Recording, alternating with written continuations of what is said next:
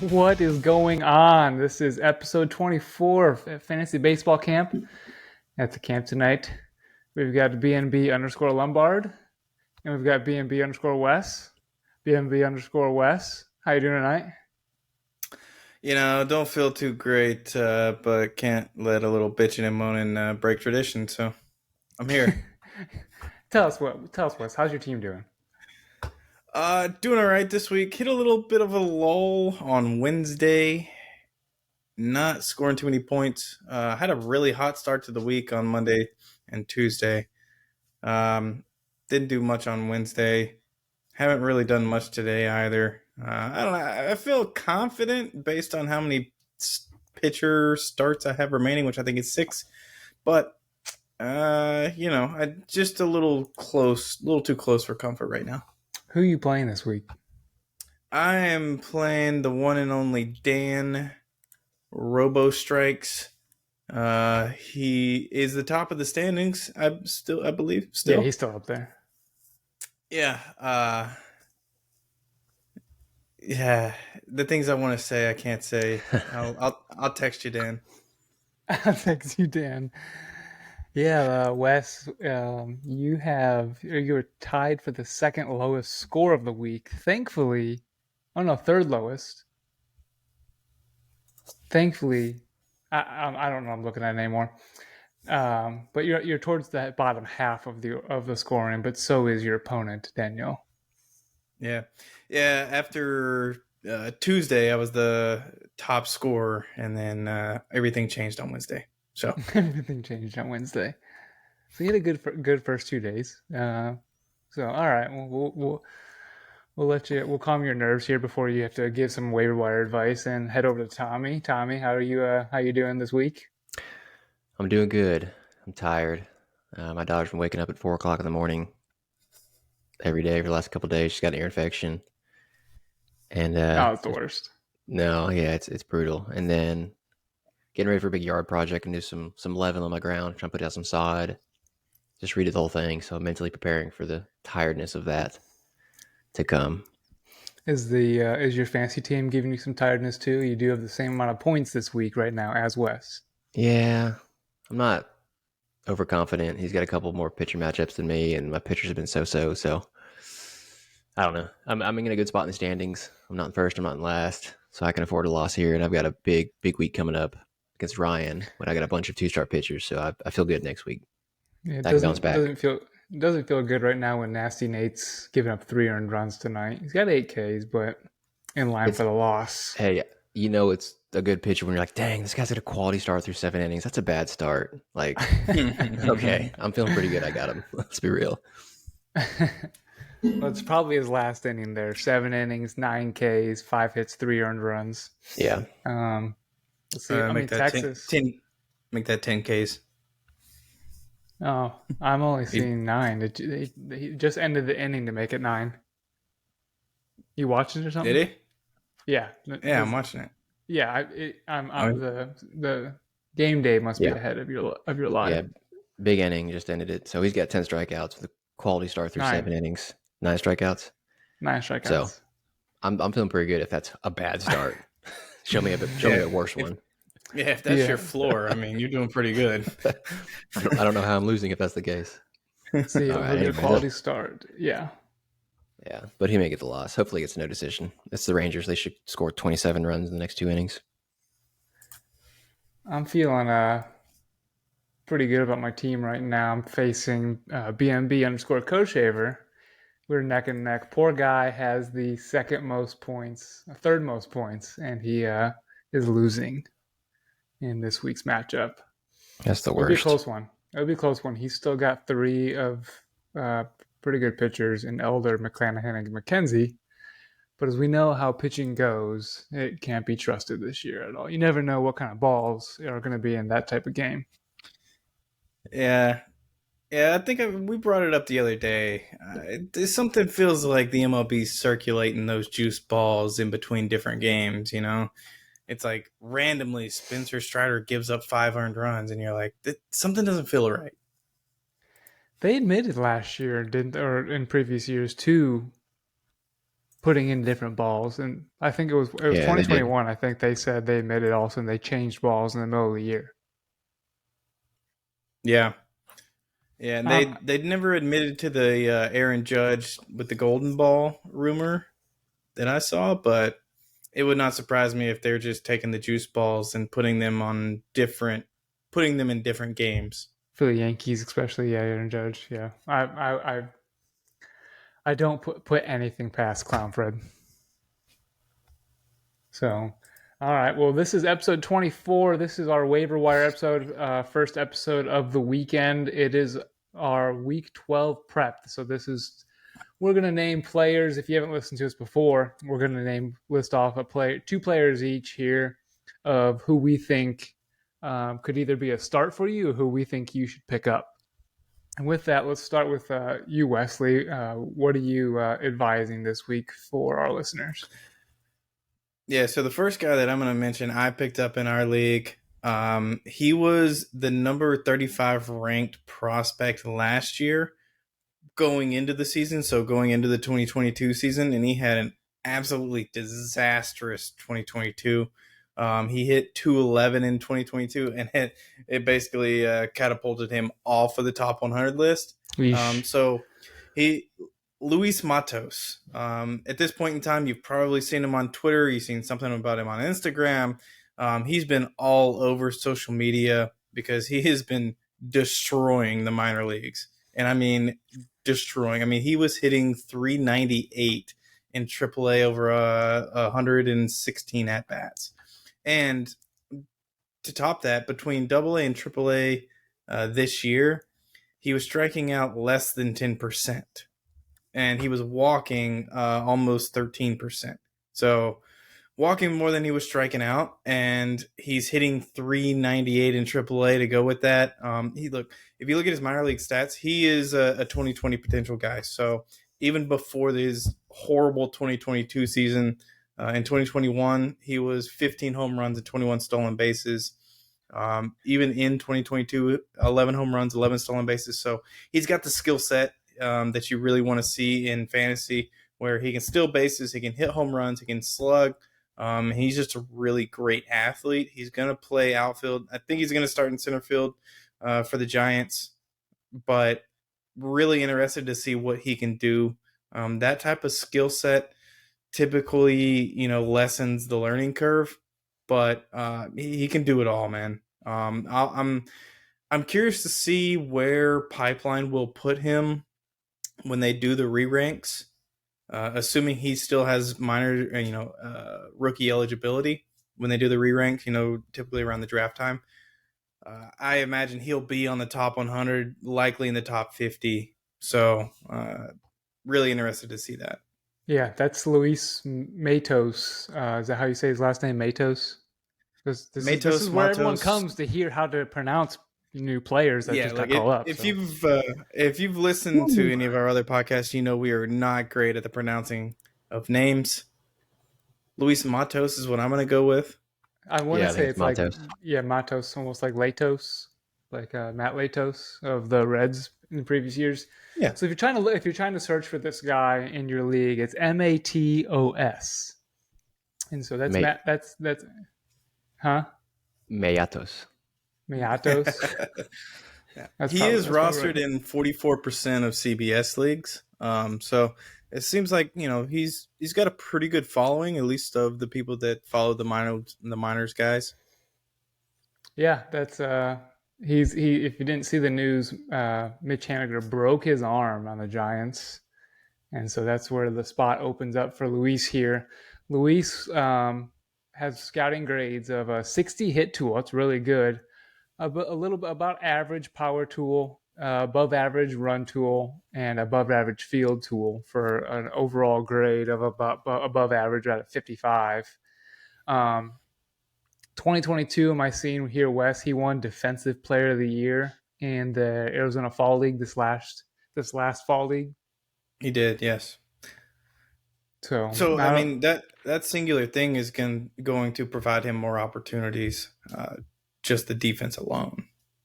Yeah, it helps to to have a bat to go along with the defense. He's not a defense first guy, right? He's like you said, No, 2020.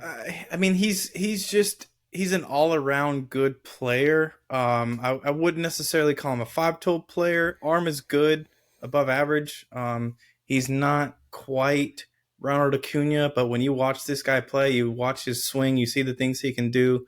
Acuna is the comp that I have seen Oh more than shit! any other one. I'm not saying that he's on a rocket ship like Acuna was, but if you look at him play, it's hard not to make that comparison. Yeah, MLB Pipeline has him as a potential 300 hitter, and if he needs to add a little bit more muscle, if he's going to provide more than 15 to 20 home runs, it says. But yeah, easily a guy. Ronald Acuna is a bold take, given what he's doing right now. You're saying he has the potential to be the best player in the league. It's true, but you got to think about it from when Ronald Acuna was a prospect, right? Yeah. Like the Ronald Acuna we know today is not the same player that Ronald Acuna coming up at that point in time. Now, granted, when Acuna was coming up, man, he was on an absolute rocket ship. He really had no track record though. None. He tore it up in single A, and people started going nuts. Well, he went to the MLB and tore it up there too. Yeah. Well, I've started taking to more like heart of when you get into the levels like of Double A and Triple A, and guys are being rated in those leagues. Usually, the scouts aren't wrong when you get to those levels. Yeah. And so when something goes wrong at the major league level, it just shows how hard baseball is. So, all right, that's Luis Matos. Who would you say, Wes? He's owned in 44% of leagues. So this is a quiet prospect that probably could do some have an immediate fantasy impact for you on a surging Giants team. All right, that's Wes's first pick for us. Tommy, you want to give us your first pick for our listeners? Yeah, I'll go a little quicker since Wes decided to take 27 minutes for his first pick. My pick is 69% rostered in CBS is Ezekiel Duran. He's more of a super utility player for the Texas Rangers, but that offense is red hot. And he ranks top 10 percentile in expected batting average, and expected slug. He hits the ball hard. His WOBA's, through the roof. He's just an all-around good player, good defense, good speed. And I said super utility, but he basically plays every day. He fills in DH. He can fill in third base, shortstop, outfield. He's got all those eligibilities. He's working on second base right now. So he's a good person to have on your roster. If you get injuries, you can pretty much slot him in anywhere. And he's just hitting. He spent some time in the IL. People thought he wouldn't maintain it. He's come back and been just as hot.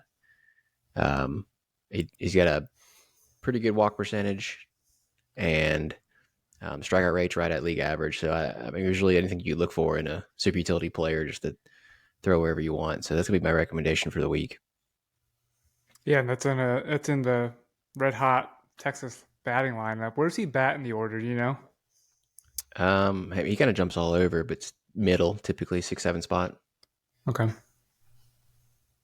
It's hard to steal spots from Simeon, Seager, Lau, Garcia, and Young ahead of that. Yeah, he's not starting tonight, but typically you've seen him in like the 5-6 spot, like either after Heim or like in the 2-3 spot before Seager. Okay. Yeah, and where all is he eligible to play? Did you already mention that, Tommy? Right now it's third, shortstop, and outfield, but he's got a couple games at second, so he may pick that up soon too. I mean, that helps to just have a guy in a roster that you can plug in anywhere. Oh, you see a third baseman that's hot, you want to pick up a third baseman, you can slide Duran over somewhere else. Yep. Yeah, I've got him at outfield right now. I had him at second base earlier in the year. He may have played shortstop while Seager was out. I can't remember, but he did. He had a stretch where he went 18, 23, 24, 17, 24 and a half points. Then he went in the IL. So the trends don't really count for those, but he was consistently sitting around 20. And that's all we can ask for in a waiver guy, not even a draft pick. Right. Yeah. If you're not spending money, you don't put much of investment, you don't really care. All right. Well, my guy, I don't know that I would be adding and starting him right now, but it's something to watch. that Ezekiel Tovar is now hitting second in the order tonight for the Rockies. And I think that just gives him more opportunity with Profar in front of him, more RBI chances. So far this year, Tovar, who had is a little bit of a disappointment so far this year in my book, I'd say, was due for a little bit more power, and he showed in Double A last year, some more stolen bases. Um, he's hitting 247 on the year with only 5 home runs and only 3 stolen bases. I kind of expected like a more Jake McCarthy kind of profile, a little bit more speed than power as he was in most of his minor league career. But it's definitely something to watch. I'm not going to say to start Tovar, but I would put him on your scout team to see if his points also trend upward now that he's not batting about 8th or ninth in the order. Yeah, I will also add to that. I mean, if you look at his 30-game rolling WOBA average, on game 31, so April 25th, that would be, his WOBA was 227. Currently, as it sits today, it's at 320. So, look, he's been trending up over the last 30 games. Maybe it's just taken him a little while to kind of come around. In the last few games, I mean, you've seen him all over MLB Network. He's hit a couple home runs. Yeah, his trends for the last 3 weeks, week 8, 9, and 10, he has scored 18, 23 and a half, and 15 points. Much better than his 4.5 and 7, 2 that he had in previous weeks. Oh, I hope that this episode, when you guys come out, see it. Marcus Semien just got thrown out. I don't know why. I have no idea why. From where's he at? In the dugout? Bochy just got tossed. No, he ran out to the field and was arguing with the field umpire. Did they just overturn a home run or something? I'm not sure. I don't know. I saw the umpire make the motion. I was like, whoa, what's going on here?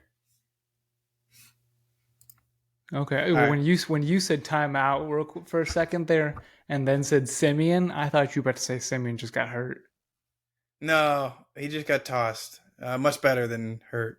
Yeah, had me a little worried there. All right. Well, since Wes is pretty engaged, and we'll see. We want to hear what happened with Simeon. Tommy, you ready for your second recommendation for the week? Yeah, I'll be brief. You can probably hear a crying baby in the background, but I'm going to go Garrett Whitlock. Not because I'm a homer pick in the Red Sox, but if in points leagues, he's spark eligible, so he can slot into your relief pitcher spot as a starting pitcher. He's got 2 starts next week against the Twins and the White Sox. None of them really great offenses. And the last 4 games since coming off the IL, he was so before going on, but I guess he was going through an injury. 3.13 ERA, 1.13 WHIP, 22 strikeouts over 23 innings pitched, and just short of a 20 K- walk rate. So, I mean, he's not walking guys, he's striking guys out at about a K per 9. I'm encouraged by what I've seen. His velocity's been up, his pitch mix has been up, his breaking balls are looking good. So, the Red Sox really counted him as a starter coming into the year, and they've kind of given him a long leash. And I think over the last 4 games, he's kind of proved that he deserves to be a starter because he spent a lot of time with the bullpen. He was a great closer for them last year, too. Does he have relief pitcher eligibility? He does. He's a spark. Yeah, he's a spark. And I think of the 3 young guys for the Red Sox, Bio, Whitlock, and Houck, I think Whitlock kind of had the best outlook coming into the season, right, Tommy? Like, of the 3, he was the guy that the Red Sox were like, yeah, he's going to stick in the rotation. Yeah, I think obviously Bayo started in the minors, so probably got the least of it. Houck was the guy who was bouncing back and forth as a potential reliever pitcher if spots got full. I think he's proved himself now. That's Houck. And then Whitlock was, this is our starter. They gave him a contract. They gave him an extension. It was a great, super team-friendly deal. So clearly they have confidence in him, and if it pans out as a starter, I think it's like $18 million over 6 years or something crazy. So if he's a true like number 3 starter pitcher, those guys in the markets are getting 10, 15 million a year right now. So at least. huge contract. Relief pitchers are getting that. Yeah. Just middle of the order kind of relief pitchers are getting that. I will say that does buy out some rookie contracts and arbitration, so it's not all, it's a couple years of free agency. I think 2 or 3 years of free agency they bought out. Yeah, that's what teams are doing now, though. They're buying out those years of free agency for the longevity. It's good for the players early and good for the team, long term. Yeah. Ask Ronald Acuna how he feels about that. Well, It's not always good for the player. yeah, but think about it though. When at that point in time, Ronald Acuna was making like 3 times what he would have been as a rookie. Yeah, but he signed for I thought $100 million. it was like He signed for $100 million over 8 years, and then like 3 months later, Tatis was like, "How about 340?" Does that sound good? That's true. It's true, but at that point in time, Acuna was a rookie, right? Like when he signed, I'm talking about when John Hart was the GM. He was a rookie, great rookie. I mean, like we're getting off he track. had all the tools. We're getting off track. But I agree with you. It's a team-friendly deal. Garrett Whitlock, 2 starts. Barb, pick him up. Good starts. Do you know who he faces next week with 2 starts? Yeah, if you were listening to what I said, it was the Twins and the White Sox. Just recapping.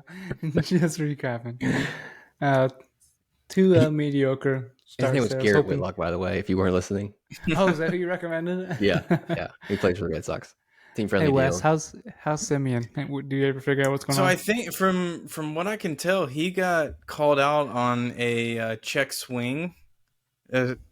A check swing, 3rd strike, and he went out to the field to his position and then argued with the umpire from there. Umpire threw him out.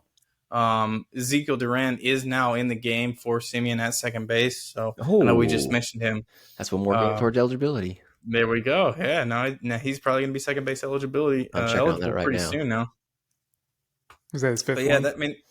I'm going to have to check Twitter for that one. Hopefully by the time the episode comes out, we'll know what actually transpired, but it looks like it was a check swing 3rd strike that Simeon disagreed with. He's got 3 starts, or at least 3 appearances at second base, so 1 more after tonight, and he'll pick up second base too. And he's also got a game at first base, so he could get a clean sweep of every position minus catcher and pitcher before the year's over. That's not too bad for Simeon. It's the end of the game for Texas. What inning is it? 8th? It's the 8th inning. They just got tossed. Yeah. So that's not that too big of a deal. All right, so I'm gonna give you guys another one before Wes gives his last one, and this again isn't a add and start kind of guy. This is see if he's available in your league. This is a prospect I'm telling you to watch, and it's Jordan Lawler. The Diamondbacks depth chart, the Diamondbacks are suddenly fighting for best record in the National League, and I think they have a hole at shortstop. I don't think Perdomo is a solution, and Jordan Lawler is suddenly scorching hot at AA after first struggling to go. He first got to AA and had a over 30% strikeout rate. It's now down over to about 11% over the last 2 or 3 weeks. So if the Diamondbacks thought that Lawler would be their best thing to try right now to win games, don't be surprised that he skips AAA and comes right to the big leagues because Lawler's top 5 prospect overall? Yeah, I think he is number 8. Number 8. So highly regarded. Usually those guys, as we've seen a lot this year, guys skipping AAA and just coming right up to contribute. Yeah, I mean, that's the way the prospects, they're jumping guys up from high A, AA. I mean, look at AJ Smith-Shawver. He came up. Yuri Perez came from AA. Like both 20 years old. Look, man. So is Lawler. Lawler's 20 years old as well. Yeah, and I've had Lawler on my minors twice now in our league. If I had another spot, I'd pick him up. I don't know. I guess people just don't like him in our league. I'm not sure. A top 10 prospect, and he's a free agent. That's okay. I'll pick him up. I got a spot now. That freaking waiver claim inserted, right? Oh, yeah. How you feeling about Vinny P? I That's a struggle, man. That My sucks. shoulder hurts too. I need surgery. Come on. So, all right, Wes, help us out with your last pick. Who you got? Yeah, so this might not be a popular opinion, but I'm gonna go with Orlando Arcia. He's 53% owned in CBS leagues. He's hitting 331 on the season, and if I go and look at his points per game, he's sitting at 2.6 points per game. That would put him right ahead of Dansby Swanson and right behind Xander Bogaerts. He's also second base eligible. I mean, I don't know. I guess coming into the season, you're like, oh, you didn't pay attention to Orlando Arcia much because we thought Vaughn Grissom was going to be the guy, you know? Right. And right now, you haven't heard anything about Vaughn Grissom in months. And Orlando Arcia he's been the guy. So I don't know. I think it's time to give Orlando Arcia the credit that he deserves. I'm not saying he's going to be a world beater at shortstop, but if you need a shortstop or a second baseman, I mean, why not give the guy the credit that he deserves right now? Do I expect him to hit 331 by the end of the year? No, but I mean, I felt like he would fall off before now, and he hasn't. So, hey, give him a chance. It's like you kept talking about Ozuna from the Braves to ride it while it's hot, you know. Bye. Yeah, when I was looking at options for this week's episode or COs, I didn't even look at names. I just thought, like, I keep on seeing highlights of him over the last couple of weeks. Like, he's been hot for the Braves, and I know he's a spot secure. They gave him an extension, you know, and like you said, Grissom's not coming up to challenge him. So without even looking at roster trends and numbers, Arcia was the first guy that came to mind, and saw you took him. So You think the Von Grissom could find himself on a different team come middle of August? Yeah. Braves, I mean, Braves are good at trading for players. They'll go to Oakland. Who does Oakland have that they need right now? Hey, they could get the Medina kid, Laureano man. pretty cheap. You seen the Medina kid pitch for Oakland? Who? Hey, look, Oakland sucks, but it's Luis Medina. Oh, I'll look it up. I was saying the type of pick that the Braves would go trade for is Ramon Laureano. Not a superstar, but he will win them a World Series. Yeah, then you're like, he comes to the Braves and you're like, oh, he's great now. Yes, exactly. All right. Any last highlights, guys? We each gave two picks there. Any last highlights for our listeners for Week 12 preparation? Anything else? Yeah, I mean, I was going to mention Zach Neto, but he did just go on the IL today, right before we started recording. I'm paying attention to Neto. He's still a rookie, still rookie eligible. He's really picked it up. If you look at his graphs on Fangraphs, man, the last 20, 30 games, he's really trending. He's added about 100 points to his WOBA. So, hopefully he comes off the IL and continues hitting the way he was. That's just a guy I would probably put on the scout team, maybe just pay attention to if you need shortstop help. Did we talk about Nolan Jones 2 episodes ago as a waiver pickup? Wes talked about him, yeah. Yeah. He's just continued to impress, not only offensively, but defensively. He's had some amazing catches against the Red Sox this last week. Plays a good defense. So not that we care about the fantasy, but I've been impressed with what I've seen so far and wish I hadn't picked him up. I don't have him in any leagues. So I just want to mention this as it's happening live. Shohei Ohtani is now tied for the home run lead with 22. He just hit his 22nd home run. He's tied with Alonso, who's on the IL. So look shortly that Ohtani could be the home run leader in baseball. MVP. He's the best player on the planet. Like, there's really no debating it. And I don't think it's. I feel like it was talked about. It's talked about a lot, but he's not talked about enough. Almost. The dude's having an amazing year. 299, 377, slugging 610. Yeah. So, but anyways, all right. So this has been episode 24, our waiver wire for week 12.